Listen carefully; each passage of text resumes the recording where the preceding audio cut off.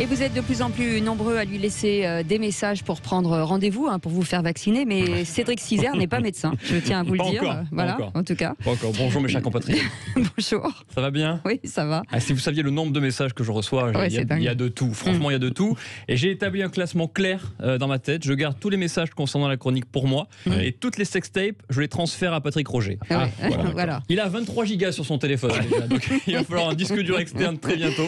C'est pour ça qu'il est fatigué le matin, parce qu'il faut qu'il regarde, qu'il analyse. Mais bizarrement, il se plonge dedans et ça fait plaisir. Non, mais c'est quelqu'un qui est respectueux et professionnel. Il est mal à l'aise, il est aussi rouge que son micro.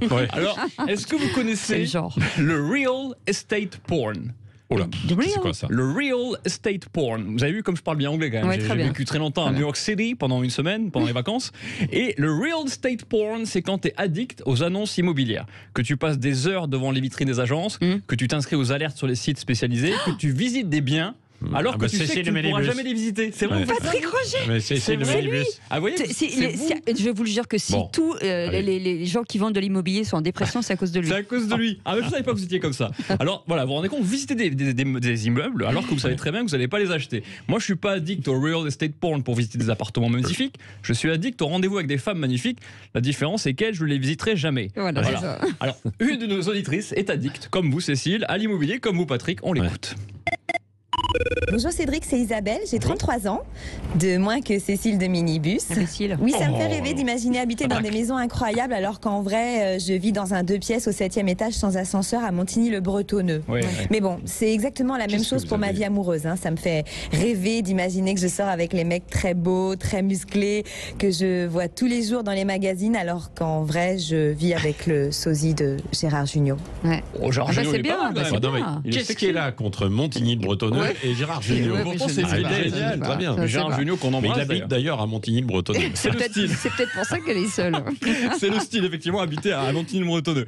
Alors, selon la ville où on tu les vis, embrasse, c'est très sympa. C'est les Montigniens, j'imagine. Je ne sais pas. Alors, selon la ville où tu vis, tu fantasmes pas sur le même type de bien immobilier. Vous avez vu ça ou pas? À Sochaux, tu fantasmes sur un palais de 254 pièces avec 6 chambres, 3 bidets, une salle de cinéma, un lac en rooftop et une piste d'hélicoptère dans le salon.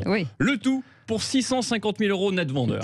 Alors qu'à Paris, tu fantasmes sur un 2 pièces où il n'y a pas de toilette. Le tout pour 650 000 € net vendeur. C'est ça qui est bien dans l'immobilier, j'adore ça. Alors, vous savez que nos jeunes sont de plus en plus précoces. Vous avez remarqué ça, précoces en tout. Il y a un youtubeur américain, Ryan, qui gagne 22 millions de dollars par an à 8 ans. C'est un truc de fou, s'il veut, il peut racheter l'OM. En même temps, c'est un mauvais exemple. Même ma fille peut racheter l'OM pour 10 fraises Tagada. Et encore, je trouve que c'est une arnaque. Je suis fan de l'OM. Vous allez m'insulter, mais je suis fan de l'OM. Et donc hier, j'ai lu qu'un conducteur s'était fait arrêter sur l'autoroute à 162 km/h. Problème, il a 13 ans. Voilà. C'est un peu compliqué. Forcément, un de nos jeunes auditeurs a voulu rebondir sur ce sujet. On voit qui c'est. Ah oui. Salut Cédric, c'est Raphaël, j'ai toujours 7 ans. Salut. J'ai vu qu'un gosse de 13 ans s'était fait arrêter sur l'autoroute à 162 km/h.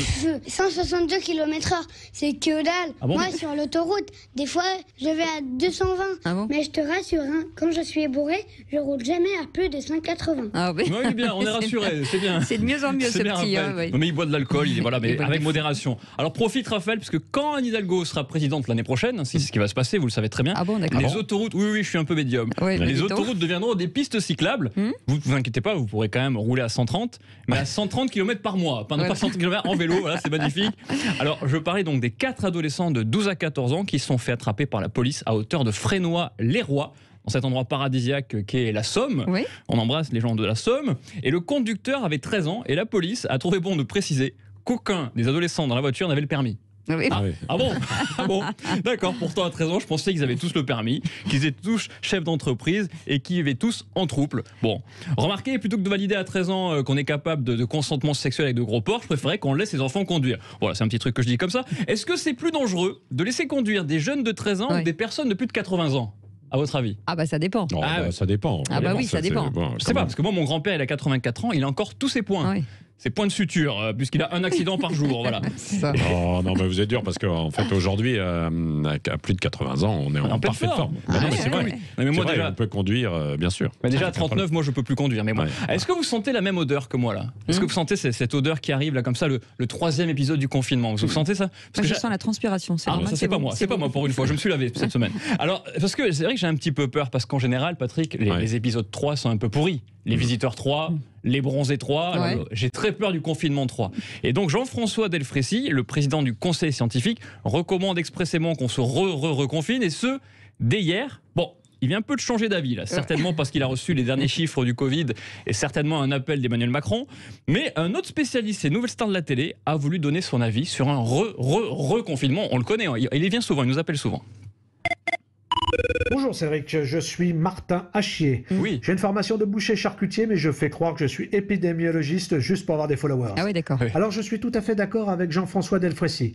Il faut reconfiner de manière très stricte les Français. D'accord. Comme ça, il y aura encore plus de monde qui me regardera à la télé. Oui. D'ailleurs, je vous laisse, j'enchaîne avec l'heure des pros, téléshopping.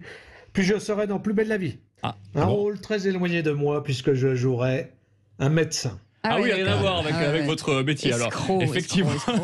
Alors Martin, on vous embrasse. Alors je ne sais pas si on sera reconfiné, mais alors qu'on nous demande de limiter nos déplacements, beaucoup de Français se rendent à Madrid pour profiter des restos, des discothèques, des lieux culturels. Tout est ouvert là-bas. Alors, à Madrid, tout est ouvert. 90% des touristes sont français et ça ne plaît pas du tout à Jean Castex. Voilà, Jean Castex, il n'est pas content. Et le Premier ministre a voulu s'adresser fermement, j'ai jamais vu comme ça, fermement, à ces Français qui sont partis kiffer leur race à Madrid. Aïe.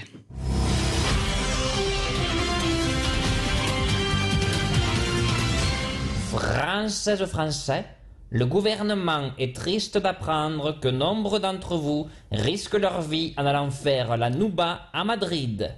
Le gouvernement vous demande donc de rentrer immédiatement d'Italie. Non, mais Jeannot, la géographie, ça marche pas non plus. Voilà. Bon, d'accord. Est-ce que vous faites la Nouba, vous aussi, Patrick, souvent? Oui, c'est ça, Madrid. On ira. Je rentre dans la nuit. Quoi, voilà, c'est ça, il fait l'aller-retour dans les journées. On fait l'aller-retour. C'est votre jet privé, c'est normal. Il fait des goûters à Madrid, parce que sinon il se lève pas le matin. Merci beaucoup, Cédric Cizer. On vous retrouve bien entendu en podcast sur Sud Radio.